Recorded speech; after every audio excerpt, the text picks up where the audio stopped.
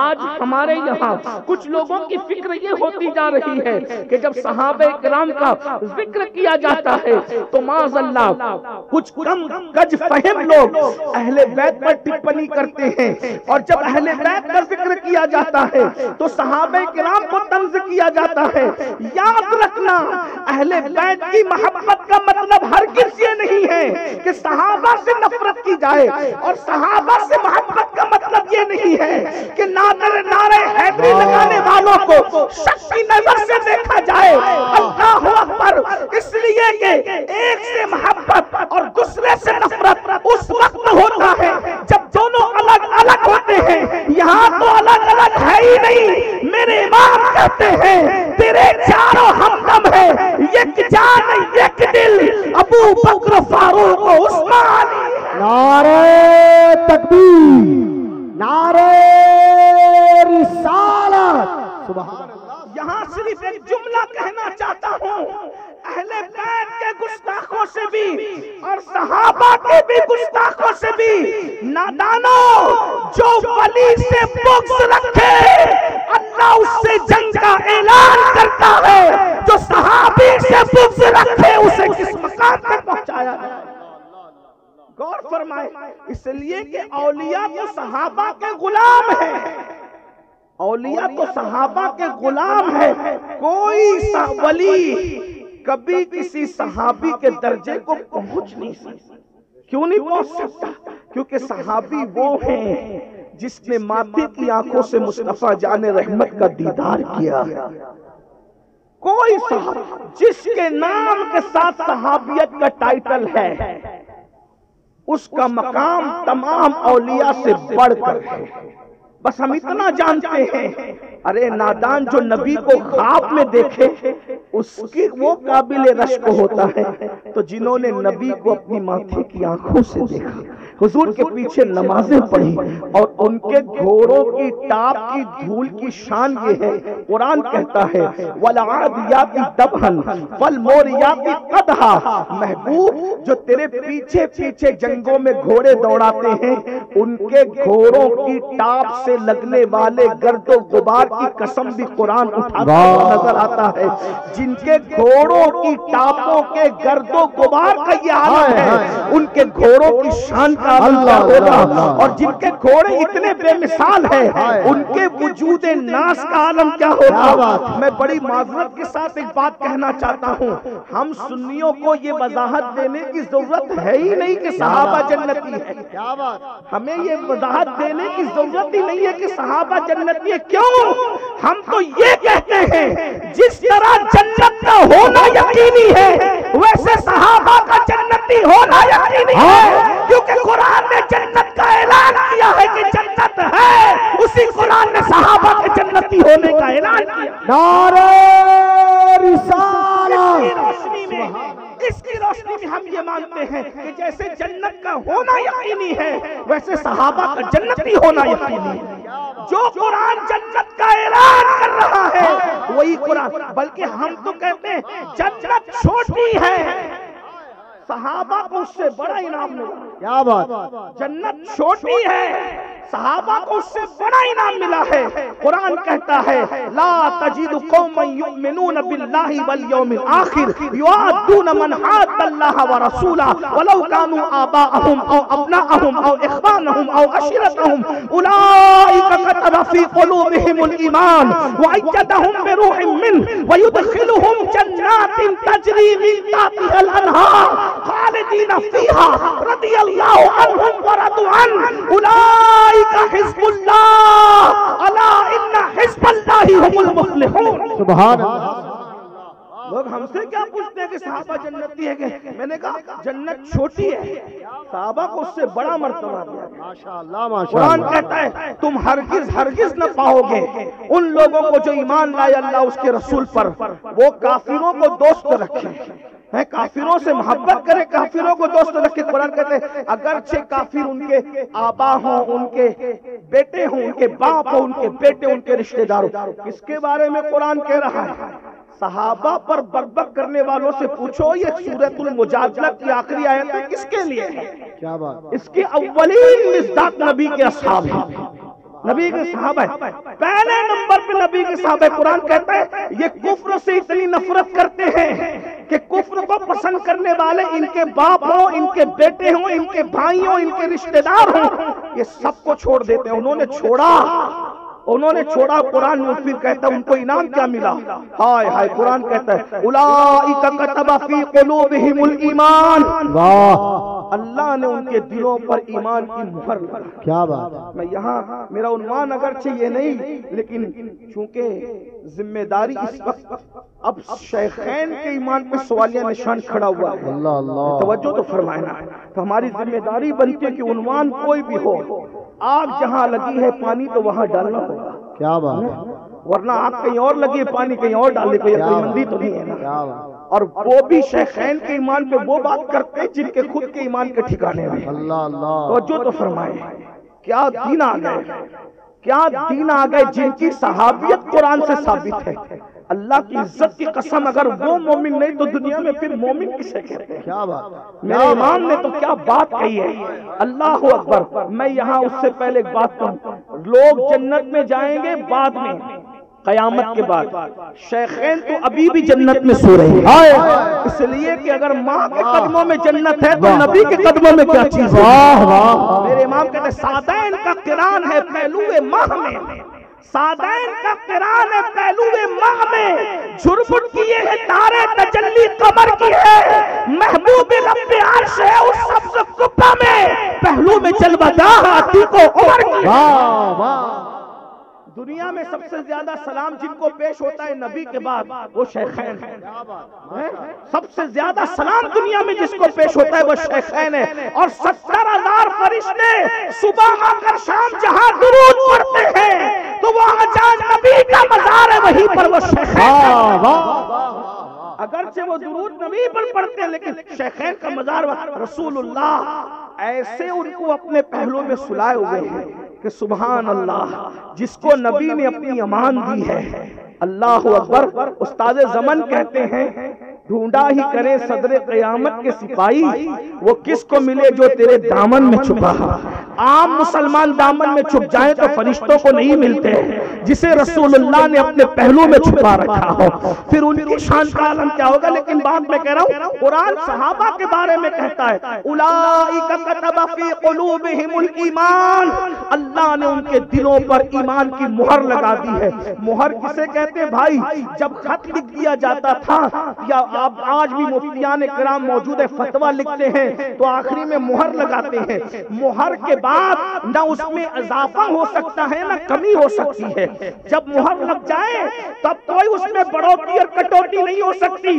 اللہ کہتا ہے میں نے مہر لگائی ہے ایمان کی، جب ملا کی مہر لگے تو کوئی کمی اور زیادتی نہ ہو سکے، جس میں اللہ کی مہر لگ جائے تو پھر اس میں کمی زیادتی کیسے ہو سکتی ہے؟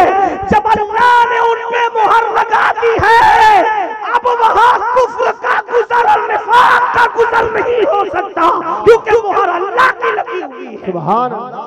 اور پھر قرآن کہتا ہے اولئک کتب فی قلوبہم الایمان، اور پھر وَأَيَّدَهُم بِرُوحٍ مِّنْهُ، اللہ نے اپنی خصوصی مدد کے ذریعے ان کی مدد فرمائی ہے، روح القدس کے ذریعے مدد فرمائی ہے۔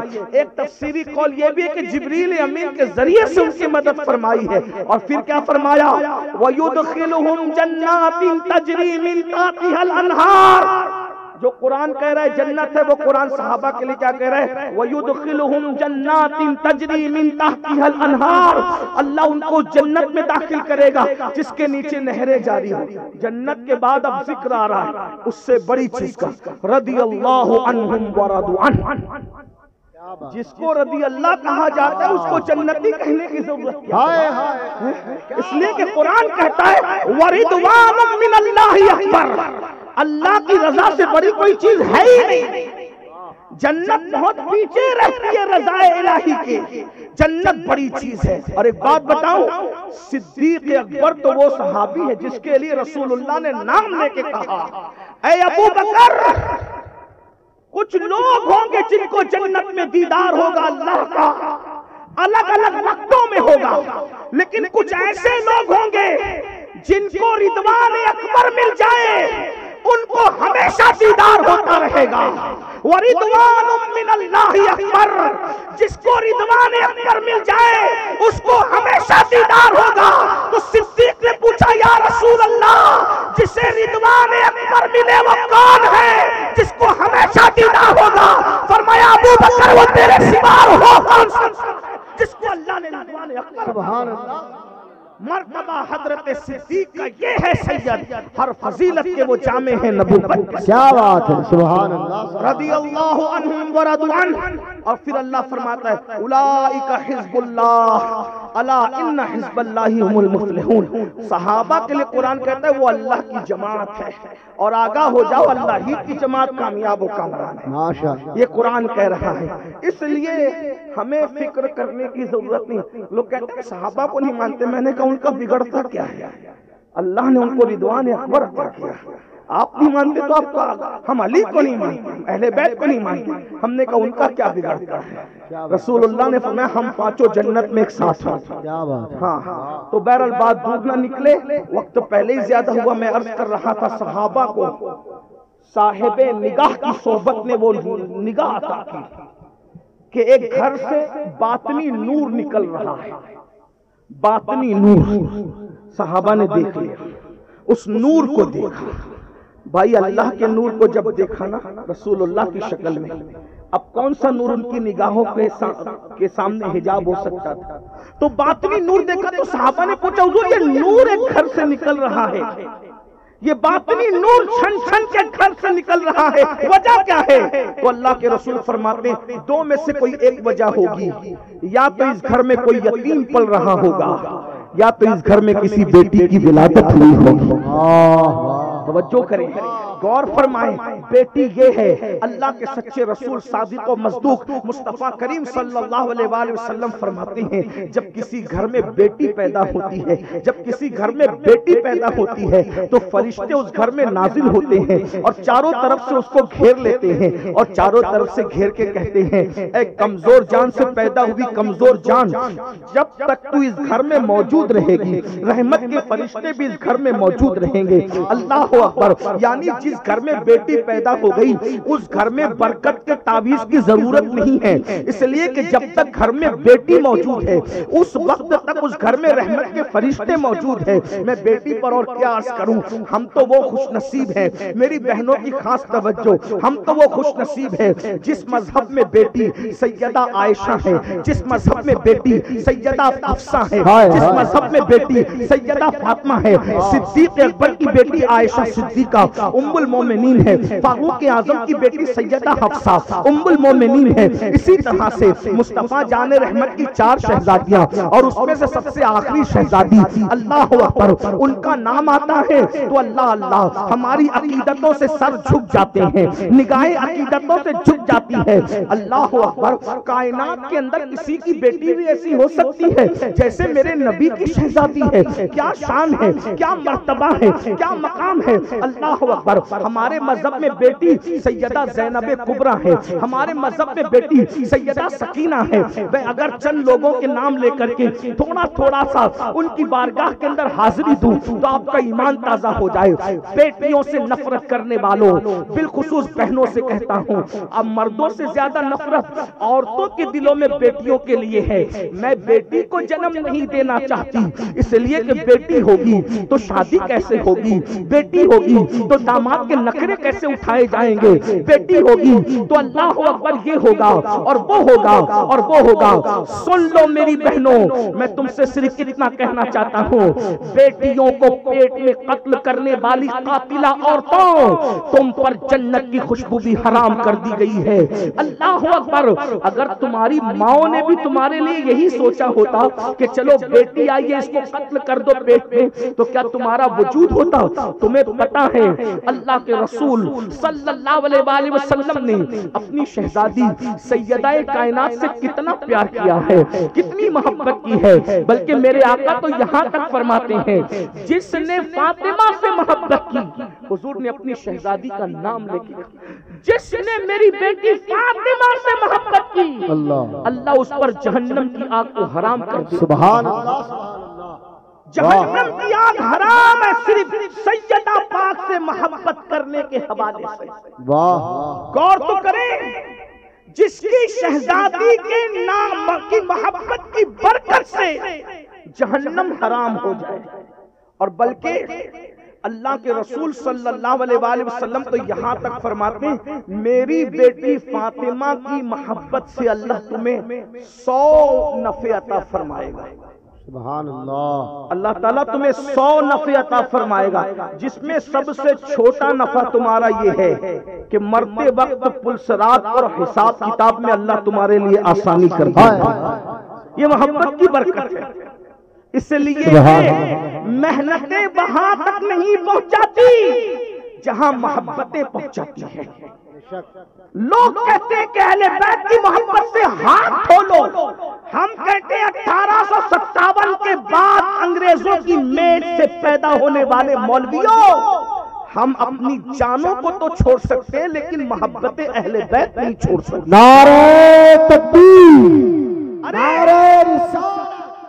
لاؤ نہ کسی خاندان میں ایسا خاندان جس خاندان کا حال یہ ہے کہ اس گھر میں جبریل اجازت کے بغیر نہ آتے۔ اللہ اللہ اللہ، کوئی خاندان ہو تو بتاؤ ان کے گھر میں بے اجازت جبرائیل آتے نہیں، قدر والے جانتے ہیں قدر شان اہل بیت۔ سبحان اللہ سبحان اور اس گھر کا تقوی کا اور پرہیزگاری کا عالم یہ ہے کہ سیدہ کائنات، مخدومہ کائنات، ملکہ عالمیان، ملکہ فردوس بری، سیدہ طیبہ طاہرہ عابدہ زاہدہ راقیہ ساجدہ لکیہ تقیہ زکیہ عالمہ غیر معلمہ، ملکہ فردوس بری، ام الائمہ، ام الحسنین، سیدہ فاطمہ الزہرا کے تقوی کا عالم یہ ہے۔ ہم نازا ہے نازا، ہمارا سینہ چوڑا ہوتا ہے، ہمارے نبی کے گھر میں ایسی شہزادی ہے جس کے سر کے دوپٹے کو نہ کبھی چاند نے دیکھا نہ کبھی سورج نے۔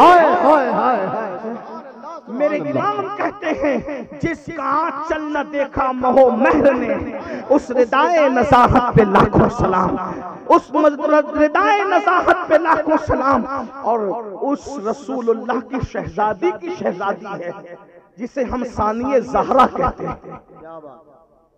سیدہ عائشہ صدیقہ فرماتی ہیں کہ رسول اللہ کے سب سے زیادہ ہم شکل میں نے کسی کو دیکھا تو سیدہ فاطمہ کو دیکھا۔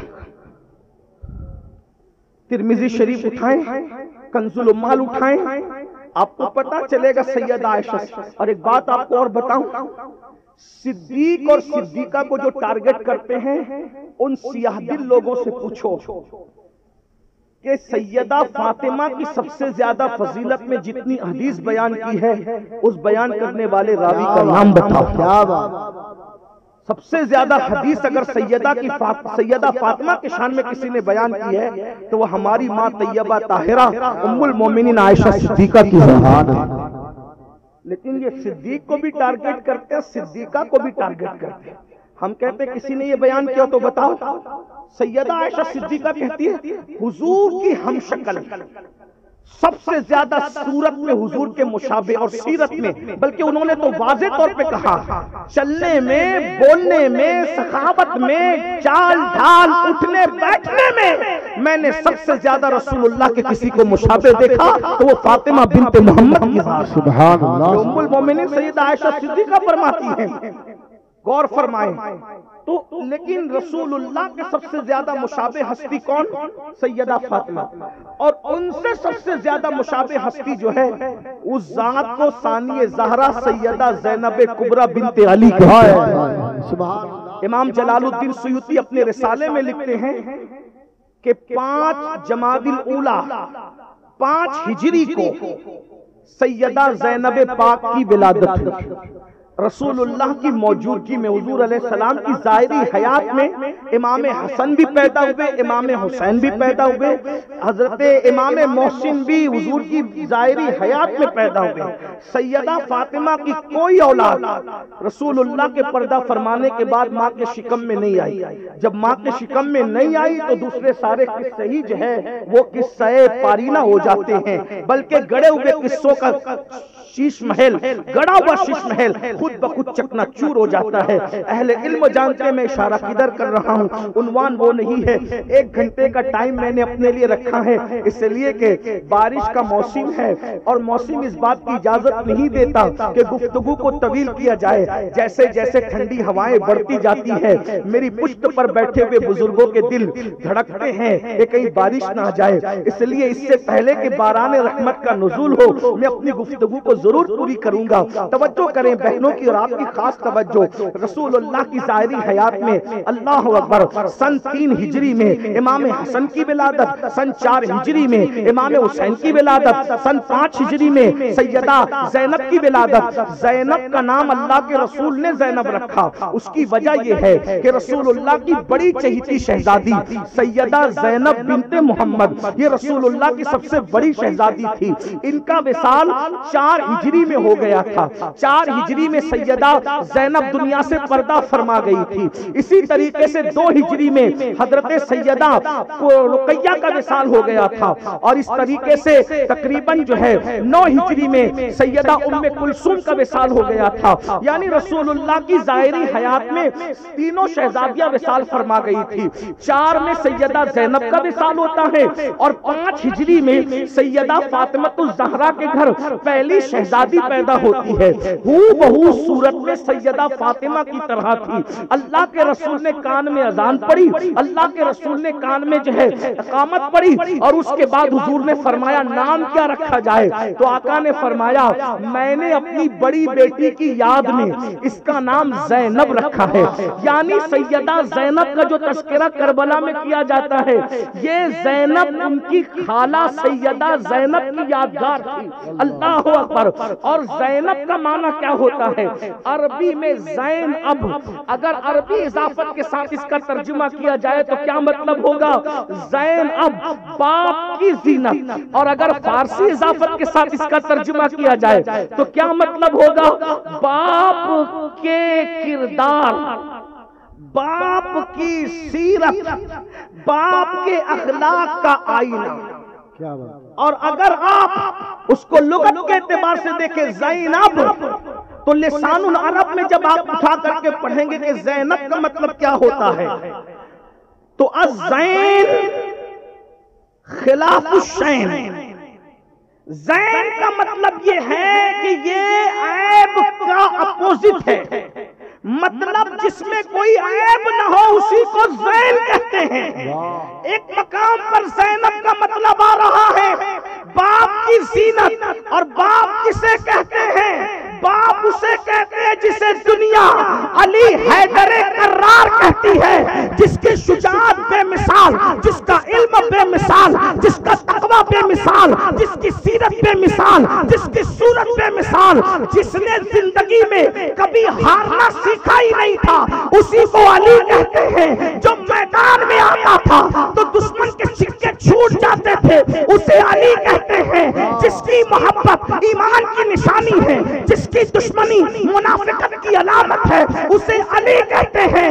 اگر علی کو پوچھو تو ہم یہ کہتے ہیں کبھی دیوار ہلتی ہے کبھی در کانپ جاتا ہے, علی کا نام سن کر اب بھی خیبر کانپ جاتا ہے. علی کون علی جس کے لیے صدیق اکبر کہے علی کو دیکھنا عبادت ہے. علی کون علی جس کے لیے ام المومنین کہے علی کا ذکر عبادت ہے, علی علی کرنا عبادت ہے. ایک صاحب نے کہا سنی علی علی کیوں کرتا, میں نے کہا ملا کی سنوں کہ اپنی اماں کی سنوں. ہماری ماں ام المومنین کہہ رہی ہے علی علی کرنا عبادت ہے. اور 1857 کے بعد انگریزوں کی میز سے پیدا ہونے والا مولوی کہتا ہے کہ علی علی کرنا رافضیت ہے. تو ہم اپنی امی کی سنیں کہ 1857 کے بعد انگریزوں کی پیداوار کی سنیں. ہم نے کہا تم نے تو یا رسول اللہ پہ شرک کے فتوے دیے, اگر تم یا علی پہ رفض کا فتویٰ دیتے ہو تو تعجب کی بات کیا ہے. لیکن بریلی کا امام سارے سنیوں کی طرف سے جو ہے وہ یہ قیادت کرتے ہوئے کہتا ہے علی علی کیسے چھوڑ دیں گے. مطلع القمرین میں کہتے ہیں اے عزیز علی کا ذکر صوفیہ کے دل سے پوچھ, جب تک علی علی نہیں کرتا تب تک ولی ولی نہیں بنتا. اسی لیے کہتے ہیں سلام سلامی جس کے در کا ہر ولی ہے. میرے امام کہتے ہیں سلامی جس کے در کا ہر ولی ہے, سلامی جس کے در کا ہر ولی ہے, علی ہے ہاں علی ہے ہاں علی. نعرہ حیدری. زینب اسی علی کی زینت کو زینب کہتے ہیں. زینب زینب اللہ کے رسول نے گھٹی دی, اللہ کے رسول نے. اور سیدہ زینب کیا خاتون, عورتوں کو حوصلہ ملتا ہے کاش کہ کوئی سیدہ زینب کی زندگی پڑھے. امام حسین علی جدہ علیہ السلام مدینہ منورہ سے چلے اور کربلا کی زمین پر پہنچے, لیکن کربلا میں امام شہید ہو گئے. امام تو جنت میں چلے گئے, راحت پا گئے, لیکن کربلا سے لٹا پٹا قافلہ آبرو اور ساری حفاظتوں کو سنبھال کر قائد کے طور پہ لانے والی اگر کوئی ہستی ہے اسے سیدہ زینب بنت علی کہتے ہیں. سبحان اللہ. یہ انہوں نے غلط ثابت کر دیا. عورت کا مطلب صرف برتن دھلنا نہیں, عورت کا مطلب صرف کپڑے دھلنا نہیں, عورت کا مطلب صرف گھر کا کھانا پکانا نہیں, عورت کا مطلب قیدی بن کے گھر میں رہ جانا نہیں, بلکہ عورت کا مطلب اگر زینب ہے تو زینب کسے کہتے ہیں؟ جہاں کوئی مرد بولنے والا نہیں رہتا وہاں پر اللہ اکبر سیدہ زینب کے خطبے کی گونج آج بھی کوفہ کے دارالعمارت سے آ رہی ہے. اور اس خاتون نے ایسا خطبہ دیا ہے اللہ اکبر کہ دشمن آج بھی چپ ہے. اللہ اکبر کوفہ کے دارالعمارت میں خطبہ دینے کے بعد دمشق کے اندر جامع مسجد میں اللہ اکبر جسے لوگ یزید کا دربار کہتے ہیں, اس دربار یزید میں سیدہ زینب نے جو خطبہ دیا ہے لوگوں کو مولا علی کے خطبے کی ہیبت یاد آ گئی ہے. وہ کیسی خاتون تھی اللہ اکبر, وہ شیر دل خاتون. اللہ اللہ آپ کو پتا ہے, لیکن اللہ اکبر اگر آپ ڈاکٹر عائشہ عبد الرحمن کی ایک کتاب ہے جو مصر سے چھپی ہے, اس کا نام ہے, اس کتاب کا نام ہے سیدات بیت نبوت. اس میں ڈاکٹر عائشہ عبد الرحمن سیدہ زینب کا کردار لکھتی ہے تو حیرت ہوتی ہے.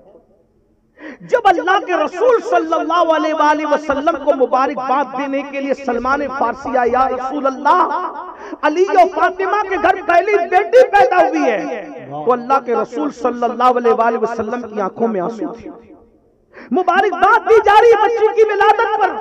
اللہ کے رسول علیہ الصلوۃ والتسلیم جو ہے سب کو کہتے ہیں کہ بیٹی پیدا ہو تو خوشی کرو, اور حضور کے گھر نواسی پیدا ہوئی ہے تو اللہ کے رسول علیہ الصلوۃ والتسلیم زینب کو ہاتھ میں لے کے رو رہے ہیں. ڈاکٹر عائشہ عبد الرحمن لکھتی ہے, وہ کہتی ہے کہ جب سلمان فارسی نے مبارکباد دی تو پوچھا یا رسول اللہ آپ کی آنکھوں میں آنسو ہے؟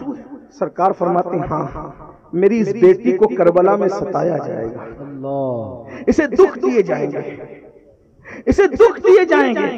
عقیلہ بنو ہاشم کا مصنف اپنی کتاب کے اندر لکھتا ہے کہ جب سیدہ زینب مزار رسول پر حاضری دینے کے لیے جاتی تھی تو طریقہ کیا ہوتا؟ مزار رسول پر شہزادی رسول کا جگر گوشہ سیدہ زینب حاضری کے لیے جا رہی ہے. عقیلہ بنو ہاشم کا مصنف لکھ رہا ہے طریقہ کیا ہوتا تھا. پہلے تو وہ کبھی دن کے وقت اپنے نانا کے مزار پر نہ گئی. توجہ کرو, یہ بیٹیاں نبی کے گھر کی. کیا بات. آج ہمارے گھر میں بیٹیاں ہیں کہ آگ کی پیٹیاں ہیں. حالات بدل گئے. ہماری بیٹیاں تو شادی کے موقع پر کافروں کی کلب میں ہاتھوں میں مہندی لگانے جا رہی ہیں. اللہ اللہ. ہماری بیٹیاں تو فیس بک چلا رہی ہیں, ہماری بیٹیاں تو یوٹیوب چلا رہی ہے. ہماری بیٹیوں کا حال یہ ہے کہ ولیموں میں, شادیوں میں, میتوں میں بن سنور کر جا رہی ہے. بلکہ شادیاں اور ولیوں میں میت بن سنور کے جانا کوئی قیامت سے کم نہ تھا. اب تو ہم نے سنا ہے آپ کے علاقے میں ہوتا کہ نہیں ہوتا, لیکن ہندوستان کے بہت سارے علاقوں میں ہوتا ہے کہ عاشورہ کے دن مسلمانوں کی بیٹیاں میک اپ کر کے میلوں میں جاتی ہیں. اللہ. اور یہ لوگ ہیں محبان اہل بیت, عاشقان اہل بیت. میں نے کہا او جھوٹے عاشقوں, تمہاری ہمت کیسے ہوتی ہے اس دن اپنی بیٹی اور اپنی بیوی کو میک اپ کرنے کی اجازت دے؟ اللہ اللہ اللہ اللہ. سرخی اور پاؤڈر لگا کر عاشورہ کے دن اگر تمہارے گھر کی بیٹیاں میک اپ کر کے میلوں میں جاتی ہیں تو میں تم سے پوچھتا ہوں یہ کون سی حسینیت ہے؟ جس دن علی اکبر کے سینے میں دل میں شامیوں کا خنجر چبھا تھا وہ دن میک اپ کا دن ہے. جس دن علی اصغر کے حلق پر بابا کی گود کے اندر تیر چلا تھا وہ دن میک اپ کا دن ہے. امام قاسم کی جس دن شہادت ہوئی تھی وہ دن میک اپ کا دن ہے. آل رسول کا گھر اجڑ گیا تھا, خیموں کو آگ لگ گئی تھی, وہ دن میک اپ کا دن ہے. کون روکتا ہے؟ اور جو علماء روکتے تم ان کو یزیدی کہتے ہو. شریعت کی بات کرنا یزیدیت ہے. تمہیں مرنا ہے مسلمانوں, ایک دن اللہ کو منہ دکھانا ہے. اللہ کو کیا منہ دکھاؤ گے؟ جس مذہب نے ولیمے میں سج دھج کے بے پردہ جانے کی اجازت نہیں دی, اس مذہب میں شہادت کے دن سج دھج کے بے پردہ عورتیں نکل رہی ہیں. ہے کوئی روکنے والا؟ ہے کوئی منع کرنے والا؟ دیکھو دیکھو, وہاں میلہ ٹھیلا تو دور کی بات, سیدہ زینب کبھی دن کے اجالے میں اپنے نانا کے مزار پر نہ گئی, اس لیے کہ کسی نامحرم کی نظر نہ پڑ جائے, کیونکہ ثانیہ زہرا تھی, علی مرتضیٰ نے پرورش کی تھی, رسول اللہ کی گود میں پرورش ہوئی تھی, سیدہ فاطمہ کی گود میں پرورش ہوئی تھی. اور جانا بھی کیسے جانا تھا؟ بیٹیوں کو اکیلے کالج بھیجنے والوں, بیٹیوں کو اکیلے پکنک پہ بھیجنے والوں, گھر سے نکل کر نانا کے مزار تک جانے کے لیے انداز کیا ہے سیدہ زینب کا؟ دائیں امام حسن ہے, بائیں امام حسین ہے, آگے آگے مولا علی چل رہے ہیں. اس شان سے سیدہ زہرا کی شہزادی سیدہ زینب کبریٰ اللہ اکبر نانا کے مزار پہ رات کے وقت جاتی ہے, اور جیسے ہی مسجد نبوی کے صحن میں قدم رکھا, مولا علی نے سارے چراغ بجھا دیے, ساری روشنی گل کر دی. کسی نے پوچھا علی آپ نے روضہ رسول پہ پہنچتے ہوئے ساری بتیاں گل کر دی. کہا ساتھ میں بیٹی کو لایا ہوں, میری بیٹی پر کسی غیر محرم کی نظر نہ پڑنے پائے. یہ سیدہ زینب کا کردار ہے. آج ہم بیٹیوں کو پڑھانے کی بات کرتے ہیں, بالکل پڑھاؤ, لیکن ان کی آبرو کے تحفظ کے ساتھ, بڑی معذرت کے ساتھ. استغفر اللہ, آج ہم نے بیٹیوں کو ایسے چھوڑ دیا, ماں باپ کو خیال ہی نہیں میری بیٹی کرتی کیا ہے. میں نے تو پہلے بھی کہا تھا, پورے ہندوستان میں کہتا ہوں, بیٹی اگر 5 لاکھ کا زیور مانگے تو دے دو, مگر 50,000 کا اسمارٹ موبائل اپنی بیٹی کو مت دینا. یہ بہت تباہ کن ہے. آج بیٹیوں کے ہاتھ میں موبائل, اللہ اکبر, کیا ہو رہا ہے؟ گھر گھر آگ لگی ہے, شکوک و شبہات جنم لے رہے ہیں, ہاتھوں کی مہندی نہیں چھوٹتی اور طلاق تک کی نوبت آ جاتی ہے. پتا چلا اس کا تو فلاں کے ساتھ چکر چلتا ہے. کیوں؟ اس لیے کہ موبائل استعمال ہو رہا تھا. ہر موبائل استعمال کرنے والی بیٹی ایسی نہیں ہوتی, میں سب کو نہیں کہہ رہا ہوں, لیکن حالات ایسے ہیں. حالات اللہ اکبر, موبائل میں کیا کیا دیکھا جا رہا ہے, کس طریقے سے دیکھا جا رہا ہے. سیدہ زینب کا کردار دیکھو. مگر اللہ اکبر, ایک وقت وہ بھی آیا, ایک لمحہ وہ بھی آیا, اللہ اکبر, بابا کے ساتھ مزار رسول پر جانے والی, اللہ اکبر, جس وقت کربلا میں اللہ اللہ اللہ اکبر ان کی چادریں تک چھین لی گئی, اس وقت ان کے دلوں پہ کیا گزرا ہوگا. اللہ اکبر, ان کو بازاروں میں لے کر کے جایا گیا, اس وقت ان کے دلوں پہ کیا گزری ہوگی. جو کبھی سودا خریدنے بازار نہیں گئی, ان کو اللہ اکبر ظالم بازار تک لے گئے. اللہ اللہ, یہ بھی بات آپ کے علم میں ہونی چاہیے. سیدہ زینب کا وصال ملک شام میں ہوا, ان کا مزار ملک شام میں ہے. اس کا بیک گراؤنڈ کیا, اس کا پس منظر کیا ہے؟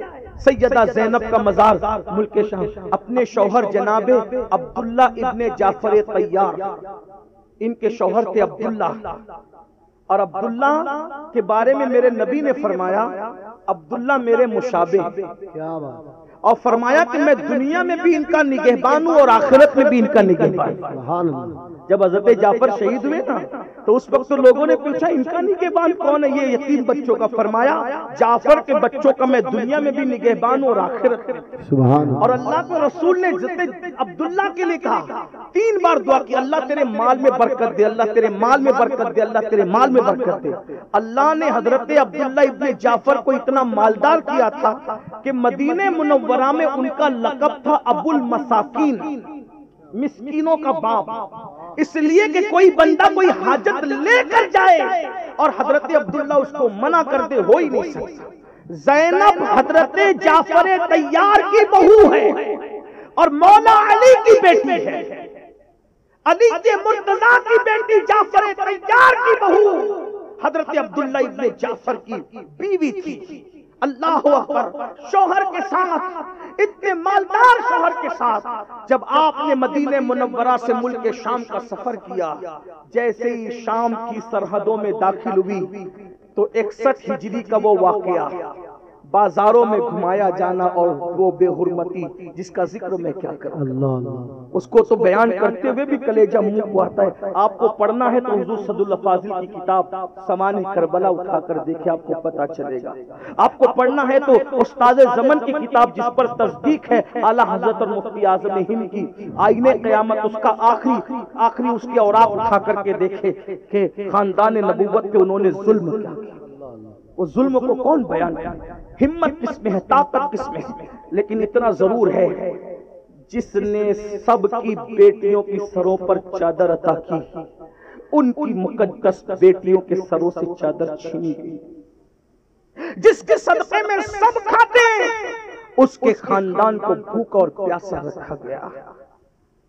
جن کے صدقے میں سب کو عزت ملی ہے، ان کو اونٹوں کی ننگی پیٹھ پر بٹھایا گیا، انہیں اتنا ستایا گیا کہ داستان بیان کرنے والا اپنے آپ پر صبر نہیں رکھ سکتا۔ جب سیدہ زینب ملک شام کی سرحدوں میں پہنچی تو پہنچنے کے بعد ان کو یاد آیا، جو کبھی خریدنے کے لیے بازار نہیں گئی تھی، ان کو جب بازار لے گیا وہ صدمہ یاد آیا۔ اس صدمے کو سیدہ زینب برداشت نہ کر سکی اور اسی صدمے میں سیدہ زینب نے ملک شام میں آخری ہچکیاں لے کر دم توڑ دی۔ احساس بے پردگی جس کی جان لے گیا، احساس بے پردگی جس کی جان لے گیا، اسے سیدہ زینب کہتے ہیں۔ اور آج قوم کی بیٹیوں کو کیا ہو گیا؟ آج یہ بے پردگی کو فیشن سمجھتے ہیں، بے پردگی فیشن ہے۔ میں تو حیرت میں کہتا ہوں، سیدہ فاطمہ الزہرا رضی اللہ تبارک و تعالی عنہا، جن کا نام لیے بغیر سنی خطیب اپنی گفتگو، اپنا خطبہ مکمل نہیں کرتا، اس سیدہ فاطمہ الزہرا کی کیفیت یہ تھی، رسول اللہ کے بعد کبھی سیدہ فاطمہ الزہرا کو کسی نے مسکراتے نہیں دی۔ 6 مہینے تک حیات رہی، ظاہری طور پر کبھی نہیں مسکرائی۔ بس اس بات پر میں شاید اپنی گفتگو مکمل کر لوں، بیٹی کے لیے کہ شکرانے میں بات کی تو مجھے بیٹی یاد آئی، تو میں نے اسی لیے بیٹیوں کا ذکر کیا، لیکن یہاں رسول اللہ کی شہزادی کے ذکر پر اپنی گفتگو مکمل کر رہا ہوں۔ اپنی بہنوں کی خاص توجہ، آج بیٹیاں ہماری ارتداد تک پہنچ گئی۔ بیٹیاں غیروں کے ہاتھوں میں ہاتھ دینے کے لیے موبائل کی لالچ میں، زیور کی لالچ میں، شادی کی لالچ میں، بائک پہ گھومنے کی لالچ میں، میں عرض کرنا چاہتا ہوں کتنے دردناک حالات سے اور کتنے کرب سے ہم گزر رہے ہیں۔ اور ایک بات میں یہاں یہ بھی رکھنا چاہتا ہوں، کیونکہ یہ زمین علم و ادب کی زمین ہے، جامعہ اسلامیہ رونائی اہل سنت کے بڑے اداروں میں سے ایک ادارہ آپ کے پڑوس میں ہے، اور میں اس مرد قلندر کو سلام کرتا ہوں جو یہاں موجود نہیں ہے۔ میری مراد لسان العصر، سراپا اخلاص، حضور مفکر اسلام علامہ قمرزماں خان صاحب کی لازمی کو، جنہوں نے یہاں پر اس ادارے کی بنیاد رکھی، اور ساتھ ہی ساتھ اپنے بزرگ قاری جلال الدین صاحب کو بھی ان کی خدمتوں کو سلام کہ حضور مفکر اسلام جب بیرون ملک روانہ ہوئے تو ان کی کمی کا انہوں نے احساس نہیں ہونے دیا اور کام کیا۔ اللہ تعالیٰ ان بزرگوں کو سلامت رکھے، اور بھی جو ان کے ساتھ لوگ رہے ہیں، میں سب کو نہیں جانتا، مجھے تاریخ نہیں پتا، جتنا معلوم میں نے اتنا عرض کر دیا۔ ظاہر سی بات ہے کہ جب کہا جاتا ہے کہ صلاح الدین ایوبی نے بیت المقدس فتح کیا تو قائد کا نام تو آتا ہے، لیکن ساتھ میں بہت سارے فوجی بھی تھے۔ فوج کے بغیر کام، کوئی بھی کام فوج کے بغیر نہیں، اجتماعی کام، تو اس میں یقیناً یہاں کے رہواسیوں نے بھی مدد کی ہوگی، پڑھانے والے علماء نے بھی مدد کی ہوگی، اور میں تو سمجھتا ہوں کہ جو گیٹ کیپر ہے اس نے بھی مدد کی ہوگی، اور سب کا حصہ ہے نا، سب کا حصہ ہے۔ اسی لیے کوئی کام ہوتا ہے تو امداد سب کی ہوتی ہے، لیکن طریقہ کار یہی ہے کہ صحرا ہمیشہ قائد کے سر بنتا ہے، چاہے کامیابی کا ہو چاہے ناکامی کا ہو. کامیابی کا صحرا بھی قائد کے سر بنتا ہے اور ناکامی کا دھبا بھی قیادت کے سر لگتا ہے. تو میں حضور مفکر اسلام کے لیے دعا گو ہوں کہ اللہ انہیں عمر نو عطا فرمائے. وہ یہاں موجود نہیں ہے لیکن اللہ تعالیٰ انہیں عمر نو عطا فرمائے, عافیت عطا فرمائے. ایسے لوگ جنہیں ہم ابو الاخلاص کا نام دے دیں تو بھی مبالغہ نہیں ہو. اللہ تعالیٰ انہیں بہت عمر دے, اور جو جہاں کام کر رہے اللہ تعالیٰ سب کو اچھی عمر عطا کرے. اس لیے کہ ہم دنیا میں کام کے لیے آئے ہیں. میں بات ان کی طرف لے جا رہا تھا, بات طویل نہ عرض کر رہا ہوں کہ ہم نے ہمیشہ صرف درد بھری باتیں کرنا سیکھی. ہم کہتے ہیں بیٹیاں بھاگ رہی ہے, اس کا حل کیا ہے؟ بیٹیاں بھاگ رہی ہے تو اس کا حل کیا ہے؟ بیٹیاں مرتد ہو رہی ہے, اس کا حل کیا ہے؟ اب بیٹیاں ہی نہیں بلکہ بیٹے بھی مرتد ہو رہے ہیں, اس کا حل کیا ہے؟ وجہ یہ ہے کہ ہم نے کبھی بھی اپنی قوم کی ضرورتوں کا خیال نہیں کیا. اور انسان احسان کا بندہ ہوتا ہے. ہمارا حال یہ ہے کہ جہاں ہمارے فوٹو چھپیں گے ہم وہاں لاکھوں دیں گے, اور جہاں ہمارا نام نہیں ہوگا وہاں ہم ایک رتی دینے کے لیے تیار نہیں ہوں. اس لیے کہ سارے کام ہم صرف نام کے لیے کرنا چاہتے ہیں. اللہ ماشاءاللہ. لیکن یہاں مجھے میں بات آگے بڑھانے سے پہلے چونکہ آل نبی کا تذکرہ چل رہا ہے تو مجھے نبی کا ایک شہزادہ یاد آیا, سیدنا امام زین العابدین علی ابن حسین جن کو کہتے ہیں.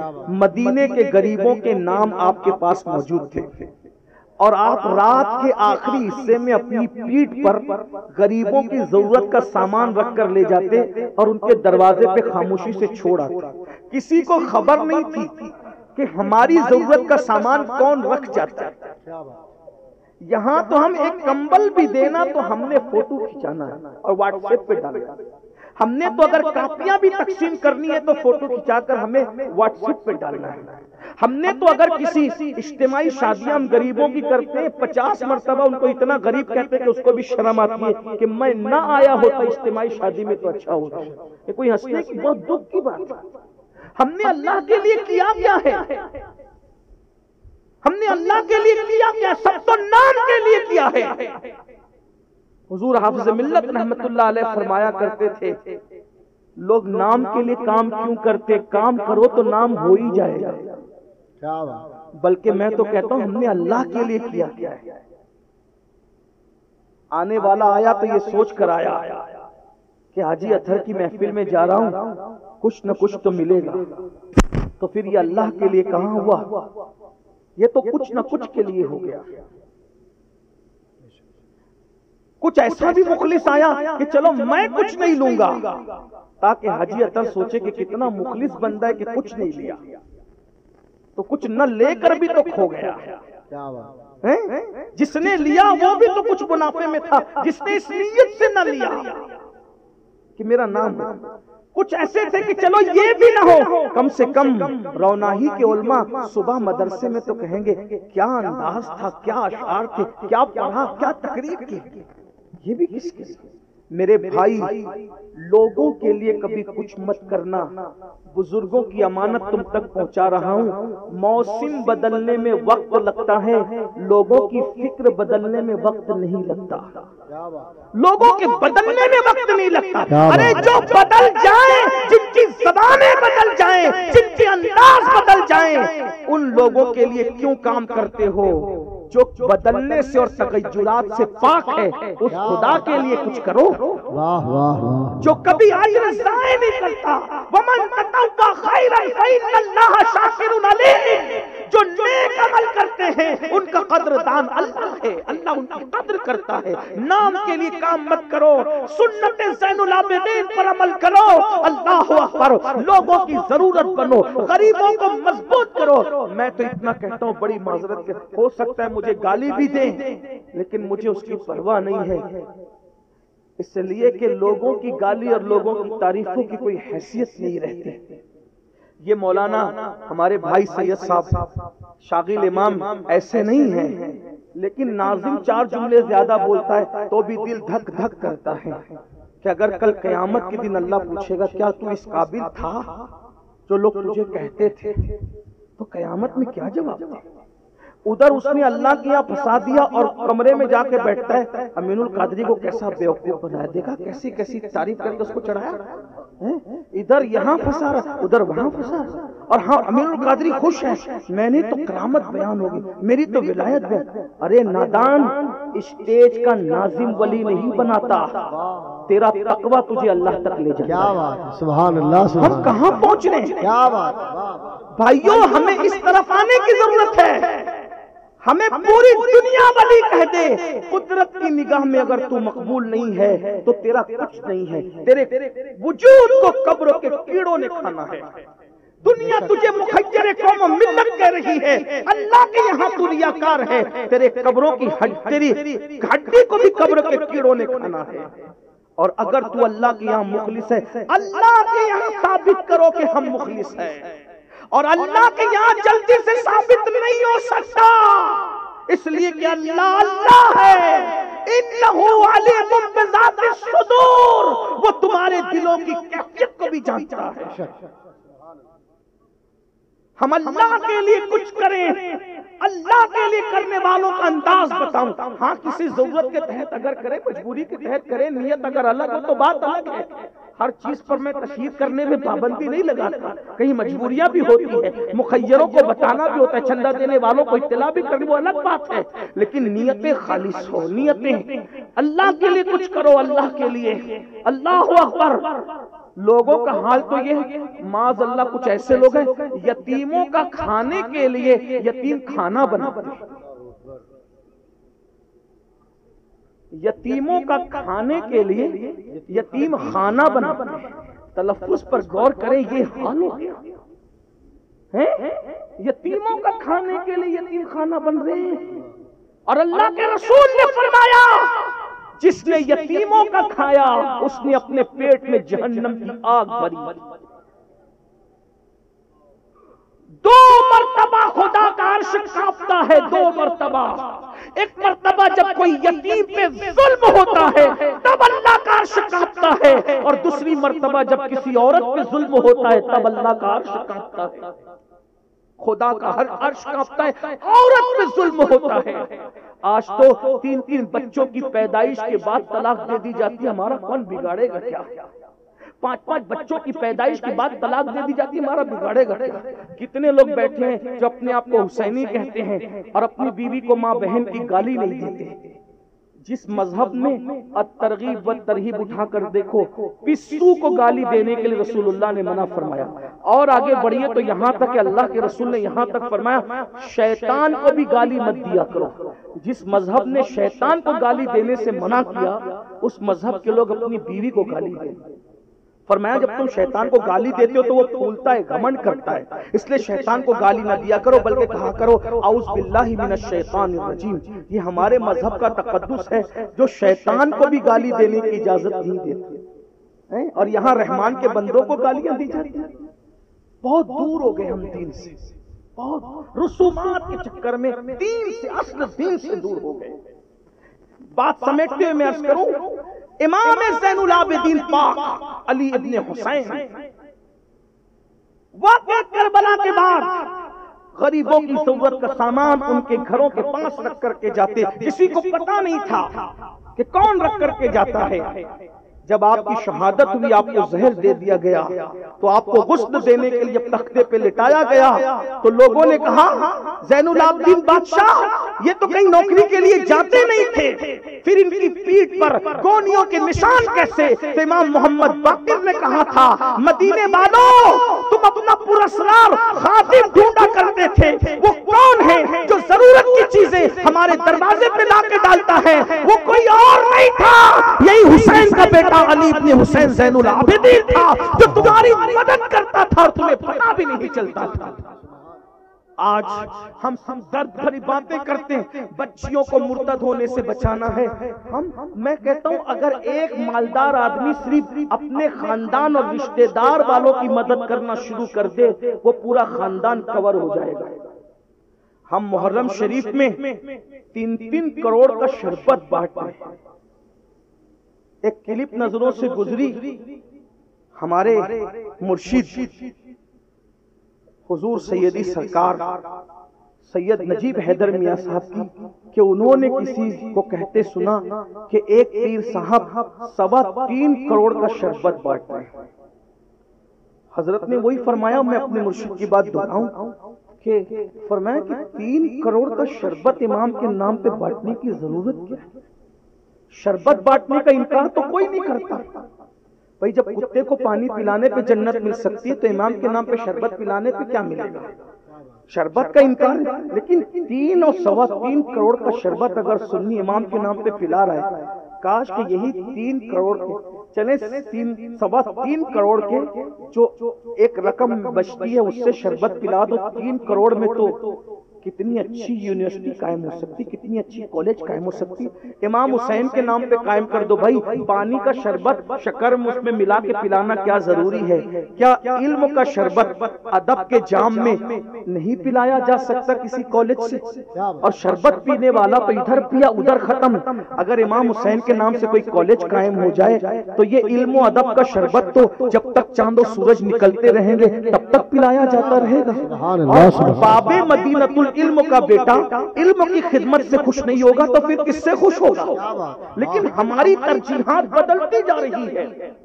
ہمیں جب تک ہم ایک دوسرے کی مدد نہیں کریں گے، ہم ترجیحات کی طرف نہیں دیکھیں گے، ہم ضرورتوں کو پرائیورٹی نہیں دیں گے، اس وقت تک کہ قوم کے حالات نہیں بدلنے والے.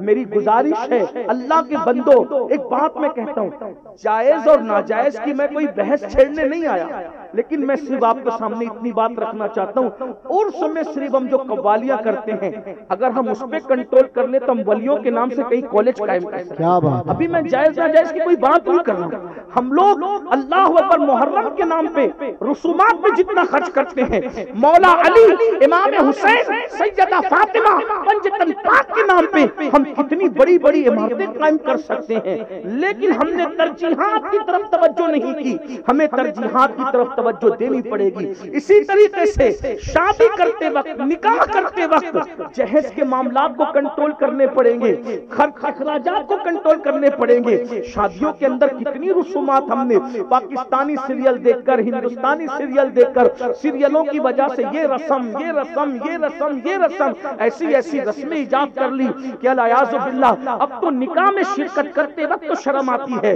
ادھر دولہا بیٹھا ہے، ادھر دلہن بیٹھی ہے، قاضی بیچ میں کھڑا ہو کر کے نکاح پڑھا رہا ہے. میں نے کہا لات مارو ایسی محفل کو، قاضی جاتا کیوں ہے؟ اس لیے کہ 5000 پر ہم اپنی تہذیب بیچنے چلے جائیں، ہم اپنا تمدن بیچنے چلے جائیں، ہم اپنی غیرت بیچنے چلے جائیں.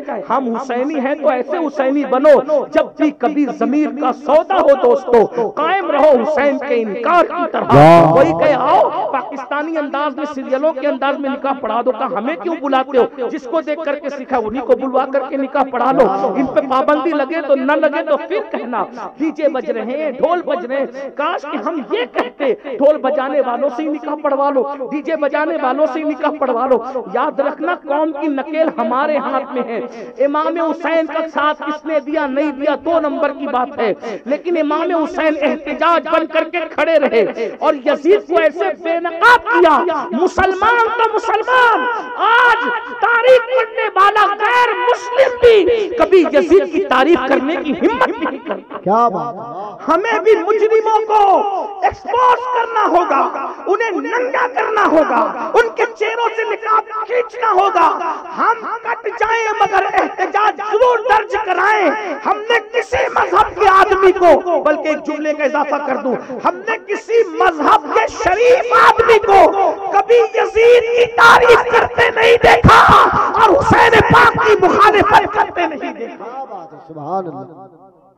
امام نے وہ بات کی ہے. ہم بھی اپنا احتجاج درج کرانا سیکھو، احتجاج درج کراؤ. سن لو، آج ہم تو یہ تمنا کرتے ہیں، ہم کہتے ہیں بڑے سے بڑے پیر کی ہمیں خلافت ملے، میرے نام کے ساتھ لگے گا تو میری عزت بڑھے گی. میں آپ کے سامنے قول پڑھتا ہوں امام حسن بصری کا، جو آپ نے مولا علی سے نقل کیا ہے. امام حسن بصری سرکار مولا علی سے بیان کرتے ہیں کہ جو لوگوں کو نیکی کا حکم دے اور برائی سے روکے وہ اللہ کا بھی خلیفہ ہے، وہ رسول اللہ کا بھی خلیفہ ہے، اور وہ اللہ کی کتاب قرآن کا خلیفہ ہے. توجہ کریں، ہم لوگ سب کے خلیفہ بننا چاہتے ہیں، رب کے خلیفہ کب بنو گے؟ اور رب کا خلیفہ بننے کے لیے تمہیں نیکیوں کا حکم دینا پڑے گا اور گناہ سے روکنا پڑے گا، لڑنا پڑے گا۔ سبحان اللہ۔ احتجاج درج، کیا منصب ملتا ہے نیکی کا حکم دے کر گناہ سے روکنے والوں کو؟ وہ کون بنیں گے؟ اللہ کے خلیفہ۔ کیا بات، اس کا حقیقی معنی تو صوفیہ بیان کریں گے، لیکن امام حسن بصری کے اللہ کا خلیفہ، رسول اللہ کا خلیفہ، اللہ کی کتاب قرآن کا خلیفہ، اور فرمایا جب تم نیکی کا حکم نہیں دو گے اور برائی سے نہیں روکو گے، امام حسن بصری فرماتے ہیں پھر اللہ تم پر ظالم حکمراں مسلط کرے گا، اور ظالم حکمراں اللہ مسلط کرے گا، اور تمہارے نیک لوگ جب ان کے خلاف بد دعا کریں گے تو اللہ ان نیکوں کی بد دعا کو بھی قبول نہیں فرمائے گا، اللہ تمہارے حالات نہیں بدلے گا، کیونکہ اللہ نے ظالم تم پر اس لیے مسلط کیا کہ تم نے کبھی نیکی کا حکم نہیں دیا، برائی سے نہیں روکا۔ آج ہمارے سامنے لوگ سونے کی انگوٹھیاں پہن کر آئے، لوگ کڑے پہن کر آئے، لوگ عجیب عجیب انداز میں، ہم نہیں روک پاتے، کیوں؟ برا نہ لگ جائے، دوبارہ بلانا آئے نہیں آئے پتہ نہیں کیا ہوگا۔ میرے بھائی، پبلک رزاق نہیں ہے، اللہ رزاق مطلق ہے، کسی کو بھی غلطی کرتے دیکھو۔ ہم نے دیکھا ہمارے سرکار، ہمارے دادا مرشد حضور مفتی اعظمین رحمت اللہ علیہ، کتنا بھی بڑا آدمی ہو، صرف گلے کا بٹن کھلا ہو جائے تو فرماتے تھے گلے کا بٹن لگا، جو گلے کا بٹن بھی کھلا رہنا دیکھنے پر ٹوک دیا کرتے تھے، ان کے پاس پرواہ نہیں تھی کیونکہ انہوں نے رب اللہ کو مانا تھا۔ ہمارے بزرگوں کا طریق یہی تھا، آج ہم اپنے بزرگوں کے طریق سے دور ہو گئے، تو میں عرض یہی کر رہا ہوں، ہماری بیٹیاں بے پردہ ہیں، بے پردہ گھوم رہی ہیں، ہمارے بیٹے ارتداد کی طرف جا رہے ہیں، ہم نے بچانے کے لیے کچھ نہیں کیا، ہم روک نہیں پا رہے ہیں، اور اگر نہیں روکو گے، نیکی کا حکم نہیں دو گے، برائی سے منع نہیں کرو گے، ظالم حکمراں تم پر مسلط تو ہو ہی گئے، اب بربادی میں بچا کیا ہے؟ اب بھی بیدار ہونے کی کوشش کرو۔ سیدہ کائنات کا ذکر چل رہا تھا، اسی بھی بات پوری کرنے کے لیے کہا تھا، بات پوری کر دوں۔ نبی کی شہزادی کیسی تھی؟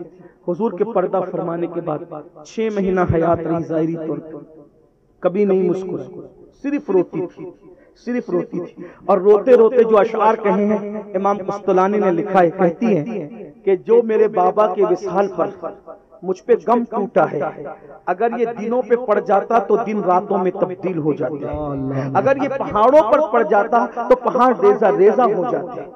ہاں ہاں، سیدہ فاطمہ الزہرا کے دکھ کو محسوس کرو، اور یہاں جو باپ بیٹھے ہوئے ہیں ان سے کہتا ہوں، بیٹی سب سے زیادہ اگر کسی سے پیار کرتی ہے وہ اپنے باپ سے، اس لیے باپوں کو چاہیے نا کہ وہ بیٹی کو بہت سنبھال کے رکھے۔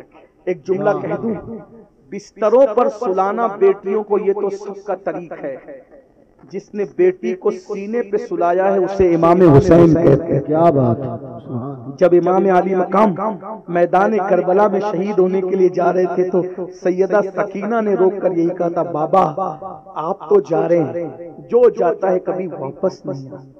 بھیا علی اکبر گئے واپس نہیں آئے، بھیا اصغر کو آپ لے گئے واپس نہیں آئے، قاسم گئے واپس نہیں آئے، چچا عباس گئے ابھی تک لوٹ کر نہیں آئے۔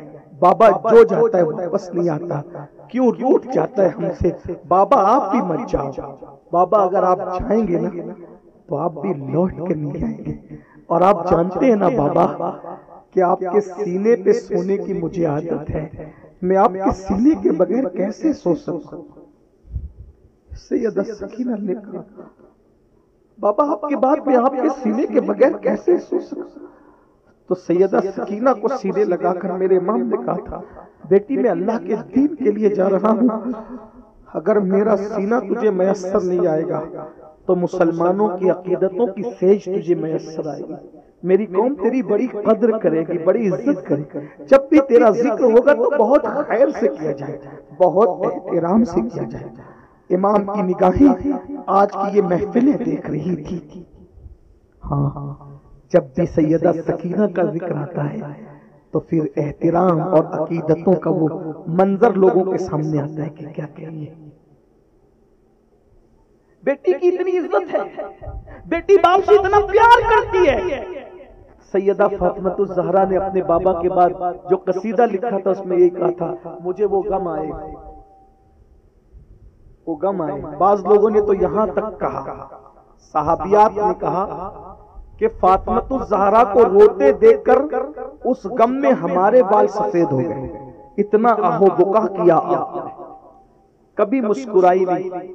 ایک دن بہت دکھ میں بیٹھی ہوئی تھی، بہنوں کی خاص توجہ، بہت دکھ میں بیٹھی ہوئی تھی۔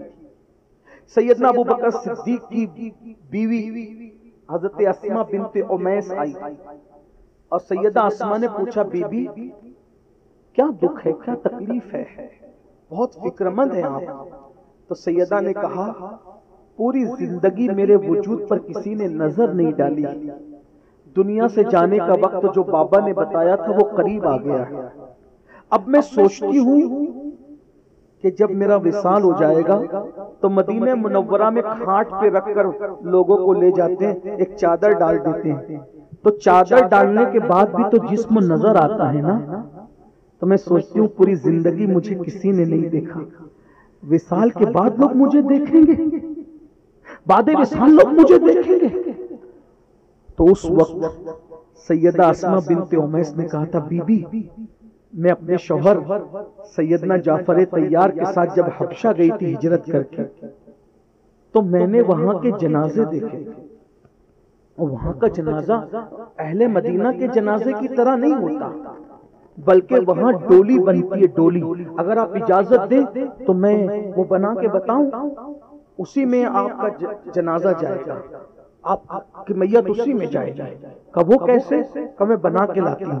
اور سیدہ اسماء بنت امیس جو حضرت جعفر طیار کے نکاح میں پہلے تھی، ان کی شہادت کے بعد اب صدیق اکبر کے نکاح میں آئی تھی، تو وہ جنازہ بنا کر لائی۔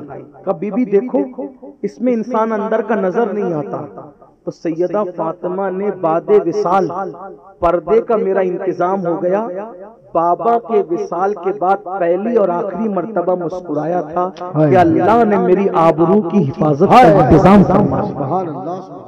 لوگ جنازہ دیکھ کے نہیں مسکراتے، سیدہ فاطمہ کو اپنی حیا اور غیرت سے کتنا پیار تھا کہ سیدہ نے جنازہ دیکھ کے مسکرایا، اور اس کے بعد وصیت کی میرا جنازہ رات کو اٹھانا تاکہ میرے وجود کو کوئی دیکھ نہ سکے، اور رات کے اندھیرے میں مجھے دفن کر دینا۔